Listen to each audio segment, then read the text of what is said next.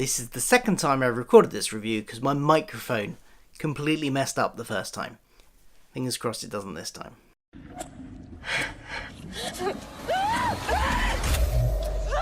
Ensign Sylvia Tilly is out there, and we have an hour to find her. You kidnapped me! I need your help. Try not to blow us up. You're such a warrior. Put her to the bridge. There's been a complication. We won't survive complications. Hi, I'm Phil. Welcome to my channel where I talk about all sorts of geeky pop culture stuff, including weekly reviews of new Star Trek Discovery. Today we're talking about the episode Saints of Imperfection, which I think is an episode much like, in a similar way to Points of Light, is very story arc heavy in a way, more so than say New Eden was or last week's episode was, where there was much more of a self-contained story. However, there is still a beginning, a middle and end to this. It leads on from last week. We had a cliffhanger at the end of last week, which was nice to see, I think, leading directly into the plot of this one, where Tilly is trapped in the mycelial network and they have to rescue her, and the whole episode predominantly is about this rescue. Bit of a mixed bag of an episode, I'll be honest. It definitely does the whole moving things around and setting things up for future bits of the plot arcs better than Points of Light. It flows better than that episode did, which I'm very glad of, because for me, Points of Light was one of the weaker episodes of the season, and it felt like they were just sort of doing a bit of housekeeping and readjusting things for new status quo that the new production team that hadn't been on last season wanted it to be. So they're, moving people around. Clearly, Tyler had been left on Kronos at the end of last season, and they needed to move him. So, it was a house cleaning episode. Whereas this episode, while it has very much similar, it's more moving around of chess pieces. It does it in a way that flows a lot better. Now, we got a lot of stuff happening in this episode. The continued hunt for Spock was briefly touched on at the very beginning, but it turns out to be Emperor Georgiou, who nobody knows is an emperor apart from a couple of members of the Discovery crew. She comes on board, and that leads to some really, I think, interesting stuff between some of the characters. Obviously, Michael Burnham knows that she's the Empress, but she can't tell Pike, because I nearly said Spike then. That's a completely different show. That's Buffy the Vampire Slayer. She can't tell Pike because it's classified information. I think maybe only her and Saru know the truth. And so that leads to a really interesting dynamic between the two of them, because Pike can obviously tell something's up.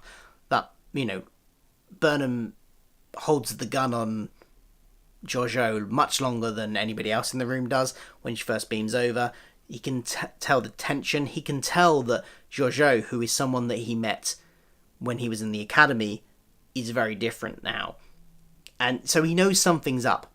Talking of which, this episode further invalidates the novel that I've talked about before, the Star Trek Discovery novel, where in an episode, this novel, I can't remember, Desperate Hours or Desperate Measures, one of the two, is set when the real Prime Universe, Captain Georgiou, is captain of the Shenzhou, and she meets Pike in that episode, in that story. So this further invalidates that book in terms of continuity, which is a shame. I like it when books kind of match up with the TV series, but what can you do?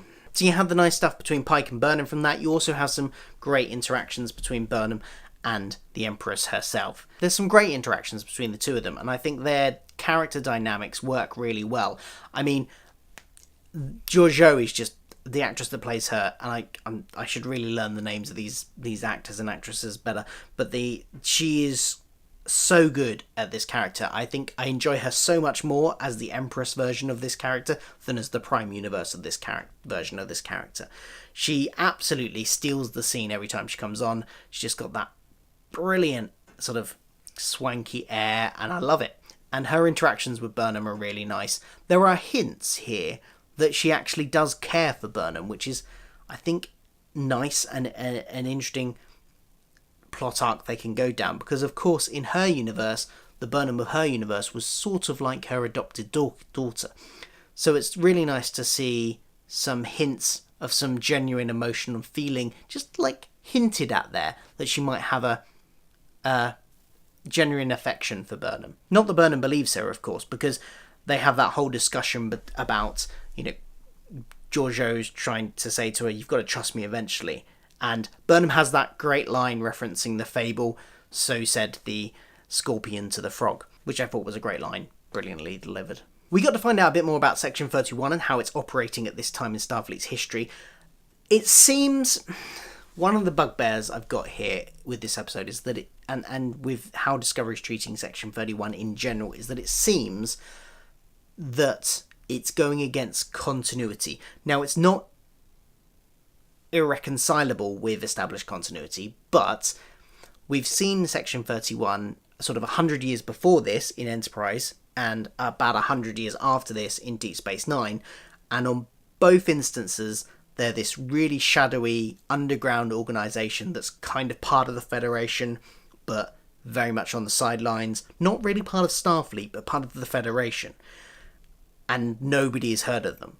Whereas here we've got an organisation that's effectively, well, referred to as the Black Ops of Starfleet. They're part of Starfleet, not just the Federation, but part of Starfleet, which I don't think they were previously portrayed as. And as well as that, they're known about. People have heard of Section 31, and they've heard that Section 31 is the Black Ops of Starfleet. Pike has heard about them, various other crew members have heard about them, they get referenced. Now, that's not completely, as I said, irreconcilable with how they were perceived 100 years before that and 100 years afterwards. You know, something could have happened where they've come slightly out of the shadows. Maybe that's to do with the Klingon War. Maybe they came more out of the shadows during that period. And then maybe that something else happens where they kind of go back under to sort of the radar a bit more, so that to the point where by Deep Space Nine, Captain Sisko hasn't even heard the word Section 31 before. That's all absolutely still possible. So it'd be nice to see if they develop that. Maybe they will give us the incident that makes Section 31 existing such a PR disaster for Starfleet that they have to go back underground. It'd be interesting to see where that goes. And if the rumours of a Section 31 TV series are true, maybe we'll see it in that. With Section 31, we also got the return of Tyler to the Discovery as the Section 31 liaison between the Discovery and the other Section 31 ship. And there was some nice stuff there. I mean, I think the stuff between him and Burnham, I think there could have been something. That didn't quite feel like they had developed that enough. But one bit I did love was when he walks first back onto the bridge and Stamets is giving his talk to the bridge crew about what the plan is to rescue Tilly, and he's in the middle of this talk and Tyler walks on, and clearly Stamets hasn't been told Tyler's back, and just the look on Stamets' face, because of course Tyler was the person that killed his husband. You know, I was going to say the colour drains from Stamets' face, but he's very pale already. I mean, could it drain any more? I don't know. But and they linger on his face. The shot lingers on his face, and you could just see the sort of like the sort of pain at seeing Tyler in his eyes. I thought that was brilliantly performed by the actor that plays Stamets, and nicely lingered there. I'm going to talk in a minute about reaction shots, because I'll get to that when we get to another point later on, but just bear that in mind when we get to that bit. In this instance, I think it does it really well. There's a bit later on where reaction shots are not handled well. Then, of course, we've got the stuff in the Mycenial network where we got lots happens there. I mean, so Tilly's been kidnapped by the spore creature May in order to seemingly help her against this monster that has invaded their realm and is destroying them. This monster is partly there's this tree that grows there, and the bark destroys anything that it touches that's the spores. And I may have missed something somewhere, but I think what they were saying was that this appeared roughly the same time as, you know, Discovery had been doing lots of hopping in and out of the Mycenial network. So they're blaming Discovery, and they kidnapped Tilly to help her, and there's this monster going around that's killing them. Now, the relationship between Tilly and May has been one which has grown on me over the last several episodes, because when May first turned up, I really found her so annoying, and her relationship with Tilly so annoying, and them together so annoying. But actually, every single episode, they've grown on me a little bit more. And I really like what we got for most of this episode. I think their relationship is really interesting one. The one sort of downside, the one negative I have about it was right near the end of the episode where Tilly promises to come back for May and to help her, and they do the pinky swear. And Tilly says something along the lines of how much, she feels she's a part of her, she's bonded, and, they feel like this deep connection between the two of them. And to me, that didn't really ring true from what we've seen from Tilly's side of the relationship so far. From May's side, absolutely, but not from Tilly's, I don't think. I think they needed to put in a bit more development there to get to that point, and it kind of felt a bit unearned.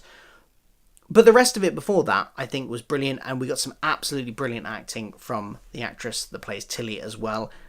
She got some really harrowing sort of emotional moments in there as well. I think it was a good episode for her. And then, of course, we've got the return of Culber, whose essence has been in the Mycenial Network ever since he was killed, and apparently Stamets accidentally transported his essence there. It was a really nice reunion between the two when they found him and he was in a bit of his crazy, cowering in the corner state. He was what the Mycenial Network spore creatures thought was the monster. But it turns out he was just trying to protect himself by putting the bark ash on him.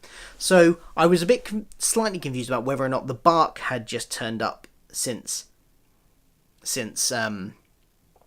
the spore network had being used by Discovery, or what. That was a little bit unclear, but clearly May thought that Culber was the monster. I have a theory though that obviously it turns out that he was just protecting himself by putting this bark from this tree onto his skin. Now, what if there is still a real monster? Something has caused this infection in their universe. Clearly it's a plot point that's going to come up later on.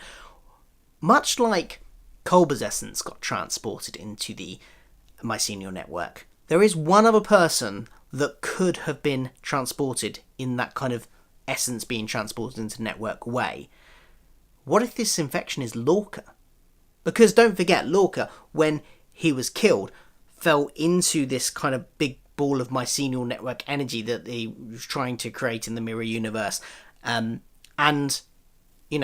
what happens if he got transported in the similar type of way? His essence got transported, but hasn't kind of come back together as his body, like Culber's did, but instead has manifested itself in this kind of death, and it would match much more to his character. I think that's my Discovery theory of the week, that might be Lorca, and we might therefore see Lorca again in some form.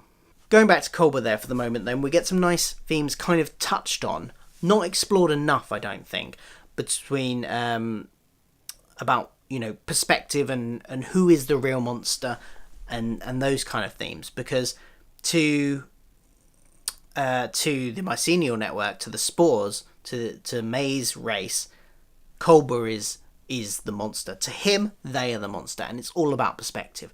And I thought that was a really nice idea that they didn't really go into enough. It's kind of also touched on with the kind of parallels between Section 31 and regular Starfleet, and conflicting ideals and how they act. Pike is, as far as he's concerned, Section 31 are the shouldn't be doing things their way, and as far as the guy from Section 31 is concerned, Pike's ways are too idealistic, and there's that clash there. To each other, they're the monster, and so it was kind of paralleled a bit there as well. It was a nice theme. I think they could have possibly, didn't really go into it enough, especially with the Mycenial Network stuff. They could have explored that a bit more. Now, I mentioned earlier on I wanted to talk about facial reactions because I had lunch with a friend today, in fact, and we were talking about Star Trek Discovery, and he's not a massive fan of it. And one of the criticisms he had of it was the editing style, and he says it's too fast. It's too they cut away too quickly, and it's all bang bang bang bang bang. And personally, I don't necessarily agree with that. I quite like fast editing and fast pace and stuff. Where I think he might have a point though, after having seen this episode, is the focus on faces. One point he made though was that they don't linger on someone's face. You don't get to see them react. They kind of cut between several different characters in quick succession, and you don't really see the reaction to anything. And he might have a slight point, but I think he's possibly suffering from a little bit of confirmation bias here, because I think it does do what he says it does, but also it doesn't.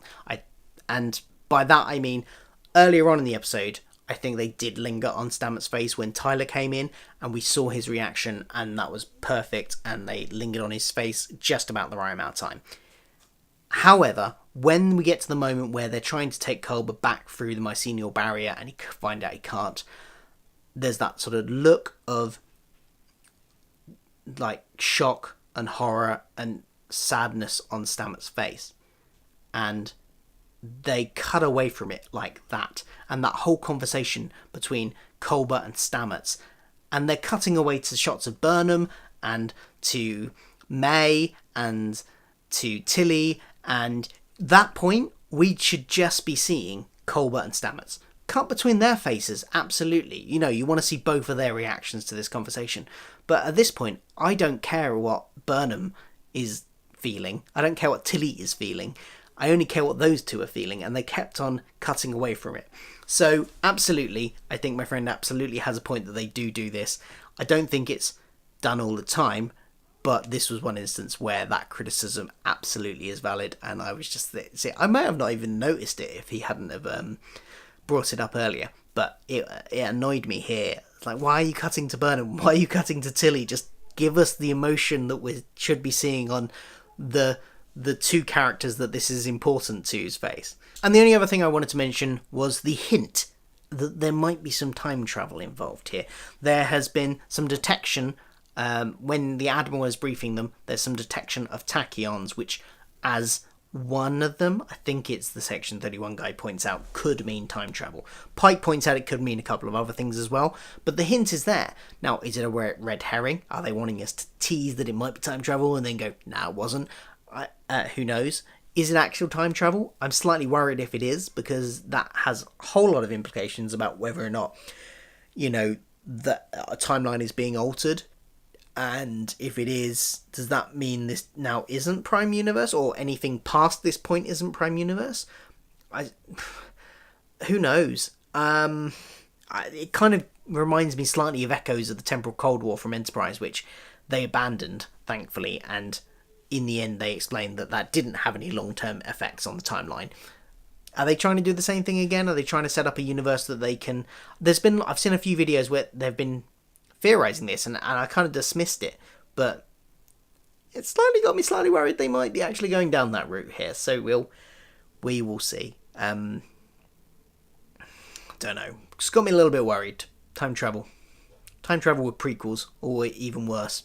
So overall, I thought it was a okay episode. I think there have been better this season, there have been worse this season, but it was an interesting rescue mission, I think, with some interesting hints at themes and ideas. I just think it could have been realised a bit better.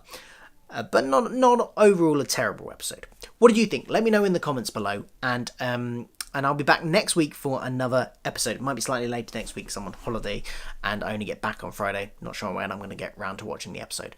But I will be back with another review next week. And in the meantime, I have lots of other pop culture content for you to watch if you so wish. Here's some other stuff I do if you fancy it. I do a lot of Doctor Who stuff. If you like Doctor Who, here's a video. You might like it. I'll see you next week, and goodbye.